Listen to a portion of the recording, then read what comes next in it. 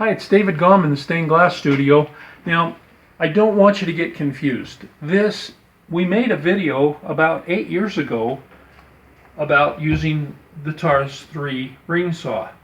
And that's what this video is about, using the Taurus Ring Saw. But I wanted you to see some of the new things that we've learned. And so what I'm going to do on this video, first we're going to go to the new stuff, and then we'll cover the same things that we covered on that old video.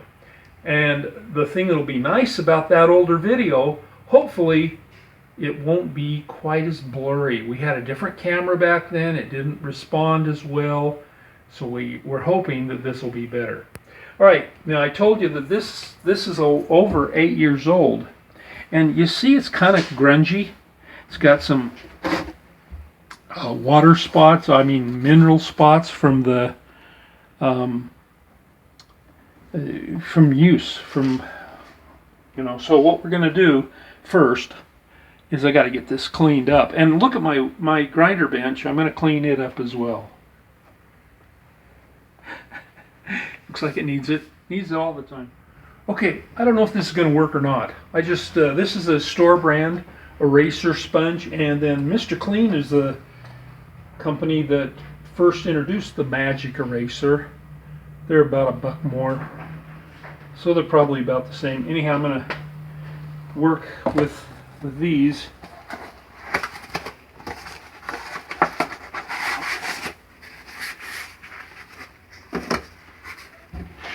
So first off,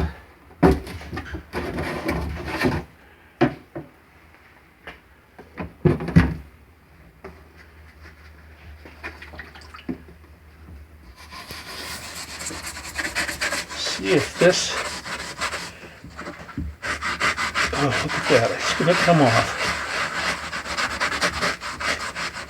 I wondered for several days if I was going to be able to find a way to clean this off, because it's so hard to get the mineral deposits from water off of anything. But look at that. Magic sponge, I guess I would have to agree.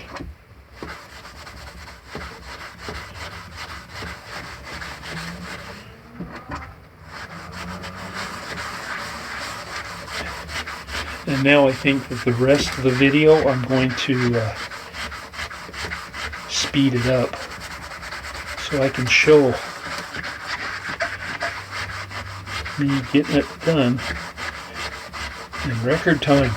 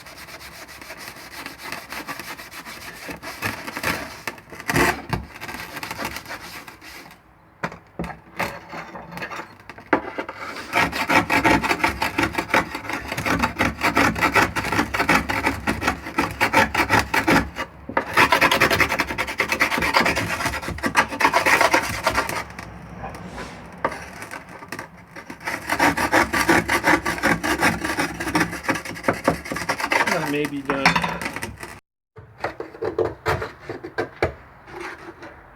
Now here's the way to really get things clean, is you have to have a Jeanne who works for you in your studio. This is the way I clean things most of the time.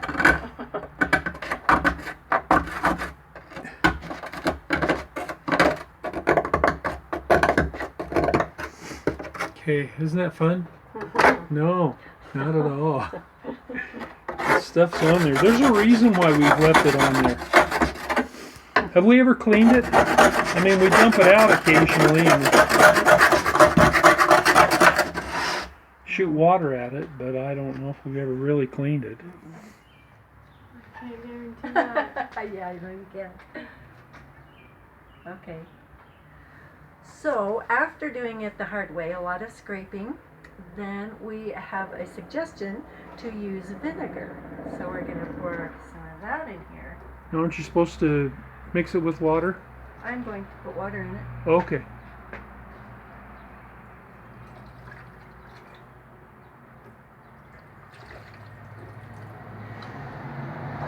Okay, just in case we need some for the outside, I'm not going to put quite all.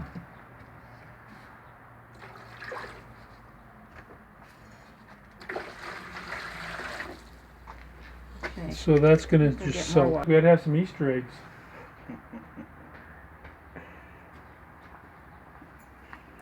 Doesn't it? Smell like we should do some Easter eggs? Uh-huh. Okay. Why don't you get a couple? No. It doesn't seem to be doing anything, Jeannie. You have to wait. I know. I did say overnight, right? Yeah. Okay, now this is Gary who gave us the idea, and we're working on a window for him. It's got some really great mirror pieces. Okay, this is laminated glass, and you have to use the saw on it. Now this is pretty exciting glass because it's two thicknesses with the lamination. It's kind of a plastic material in between. It's also mirrored glass, and so we have to cut it upside down. So I got to make sure that the pattern is upside down. If you try to cut this with a regular glass cutter, it'll score it really well. But then when you crack it, you'll still have the lamination in between. So it won't work. Now the reason we got to cut it upside down is because we don't want to hurt the mirror back.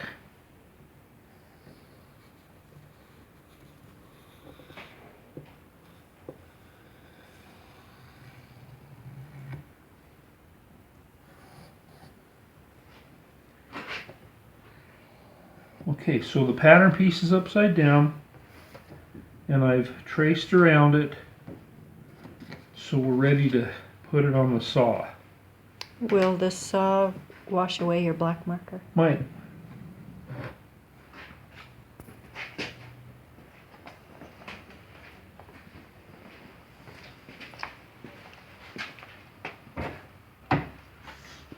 Now let's see if I've got enough throat to get around this piece. And water. And I don't know how I'm going to get in there. I can go here. Let's see if I can go from here.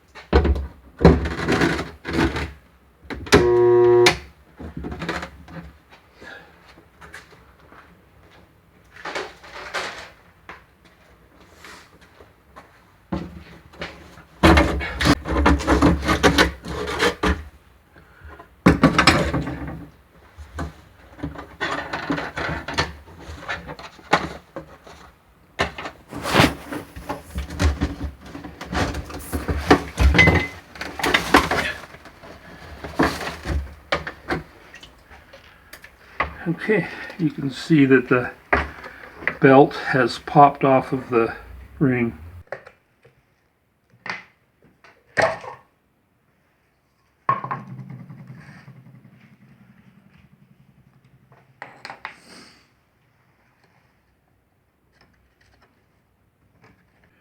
Okay, so when you pull down on this, you see what happens is it moves the belt around the ring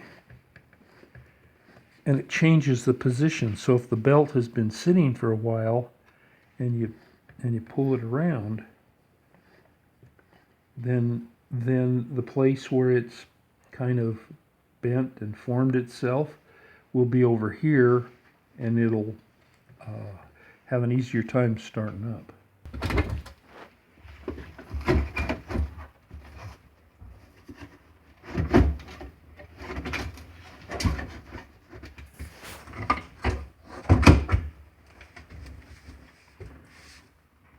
Alright, I'm going to need a little more water.